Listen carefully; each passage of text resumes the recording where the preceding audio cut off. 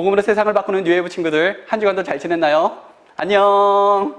네, 오늘은 여러분과 함께 씨 뿌리는 비유에 대해서 말씀을 좀 나누어 보려고 해요. 씨 뿌리는 비유에는 총 4개의 밭이 등장합니다. 첫 번째 밭은 길가였어요. 그리고 두 번째는 돌밭, 세 번째는 가시떨기, 그리고 네 번째는 좋은 땅이었습니다. 씨앗은 같지만 어느 땅에 떨어지는가에 따라서 전혀 다른 반응을 보입니다. 마찬가지로 우리가 똑같은 하나님의 말씀을 듣지만 우리가 어떻게 반응하는가에 따라서 그 결과는 천양각색이 될 수 있다라는 거죠. 첫 번째로 길가에 떨어진 그 씨앗은 새들이 와서 다 먹어버립니다. 길가란 짐승과 사람들이 다니는 곳이죠. 사람들과 짐승들이 계속 밟다 보니까 길가에 있는 땅은 매우 단단해요. 마찬가지로 우리의 마음이 이 길가처럼 단단해져 있으면 하나님의 말씀에 씨앗이 뿌려지면 그 씨앗이 우리의 마음속 깊이 새겨질 수 없는 거예요. 이러한 사람은 우리가 어떤 말을 하더라도 잘 들으려고 하지 않습니다. 강팍해져 있고 단단해져 있어서 말을 들으려고 하지 않는 거예요. 우리가 예수 믿고 구원받으세요 하면 꼭 이런 사람들 있죠. 신이 있냐? 야, 좀 있으면 보여줘. 야, 보이지 않는 신을 왜 믿어?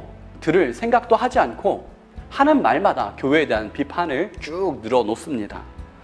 이런 사람은 절대로 복음의 씨앗이 들어갈 수가 없는 거죠. 두 번째로 돌밭에 뿌려진 씨앗에 대해서 이야기하는데요.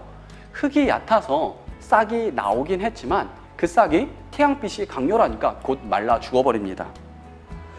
이스라엘의 태양빛은 거의 살인적이라고 해요. 얼마 전에 뉴스를 보는데 한낮 뜨거운 온도가 50도까지 올랐다고 해요. 이 정도면 프라이팬에 계란 후라이를 해 먹을 수 있습니다. 엄청난 고난이 태양빛처럼 찾아왔을 때 돌밭과 같은 사람은 금방 신앙을 포기하고 믿음을 저버리고 떠나가는 거예요. 세 번째로 가시떨기에 떨어진 씨앗은 가시가 나와서 자라는 것을 막고 결실을 못하게 한다고 말합니다. 이것은 세상 유혹에 흔들리는 사람들을 이야기해요. 유혹이 가시가 되어서 신앙이 잘 자라지 못하게 막고 있는 거예요. 고난도 잘 넘고 건강하게 신앙생활을 하는 것 같은데 실제로는 세상에서 술을 하고 담배를 피고 돈과 명예를 쫓아가는 사람들을 이야기하는 거죠. 고3이 되면 많은 청소년 친구들이 교회를 떠나서 학원과 독서실로 향합니다. 그리고 이렇게 이야기합니다. 신앙, 믿음은 수능이 끝난 후에 해도 늦지 않아. 바로 이러한 모습이 가시떨기와 같은 사람들의 모습입니다.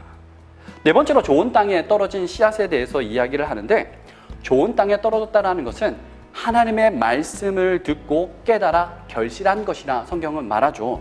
바꿔 말하면 하나님의 말씀을 듣고 깨달아서 인내하며 하나님의 말씀대로의 삶을 살아내므로 결실을 맺게 되었는데 바로 이것이 좋은 땅이라는 거예요.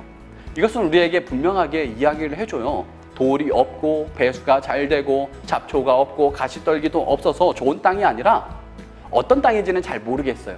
그런데 하나님의 말씀을 듣고 깨달아서 삶으로 그 말씀을 실천해서 말씀의 열매를 맺어가는 삶, 그것이 바로 좋은 땅의 삶이라는 거예요. 여러분 잠깐 돌발 퀴즈 나아갑니다. 두 번째로 등장한 밭의 이름은 무엇일까요? 나쁜 땅이나 좋은 땅이나 모두 고난이 있고 유혹이 있어요. 좋은 땅이라고 해서 유혹이 없고 좋은 땅이라고 해서 고난이 없는 게 아니라는 거죠. 유혹과 고난이 있지만 그것에 대해서 믿음으로 반응하며 견디고 인내하고 참고 말씀대로의 삶을 살아감으로써 좋은 열매를 맺게 되는 것, 그것이 바로 좋은 땅이라는 거죠. 따라서 씨 뿌리는 자의 비유에서 좋은 땅이란 예수님처럼 하나님 나라와 그의 의를 위하여 자신을 희생하고 포기할 줄 알며 말씀대로의 삶을 살아가는 것, 그것이 바로 좋은 땅의 비밀이었습니다. 나쁜 땅이 된다는 건 다른 의미가 아니에요. 나쁜 땅은 내가 하나님의 말씀대로 순종하지 않았기 때문에 나쁜 땅이 될 수 있다는 거죠. 결국 하나님의 말씀에 대해서 내가 어떻게 반응하는가에 따라서 좋은 땅이 될 수도 있고 또는 나쁜 땅이 될 수도 있다라는 이야기입니다. 결국 좋은 땅은 제자와 같은 삶을 살아가는 삶을 이야기하고 있어요. 여러분의 삶은 어떤가요? 오늘 나는 과연 하나님의 말씀에 대해서 어떻게 반응하고 있을까요? 여러분에게 질문을 던질게요. 이 질문을 가지고 여러분 일주일을 살아갔으면 좋겠습니다. 과연 나는 지금 어떤 마음밭을 가지고 살아가고 있습니까? 여러분 다음 주에 다시 만나요. 안녕.